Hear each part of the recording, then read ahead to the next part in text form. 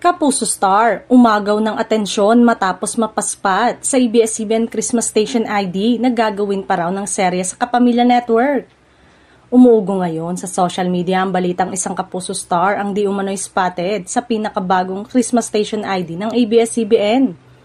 At higit pang, nagpasiklab sa usapan ng kumalat ang chismis na may nakatakdang proyekto o teleserye ito sa Kapamilya Network sa susunod na taon.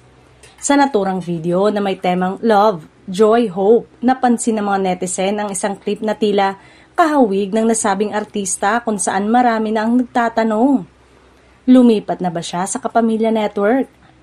Ayon sa ilang online source, posibleng guest appearance lamang ito ngunit may mga lumalabas lamang na insider reports na nagsasabing papasok ang Kapuso Star sa isang upcoming ABS-CBN teleserye sa ilalim ng Dreamscape Entertainment.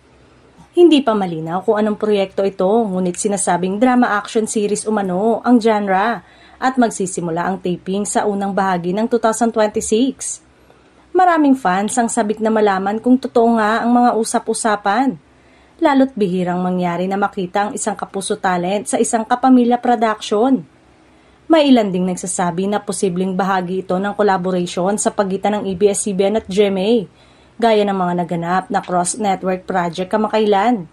Hanggang sa ngayon, parehong tahimik ang ABS-CBN at GMA Network, pati na rin ang kampo ng nasabing artista tungkol sa mga kumakalat na balita.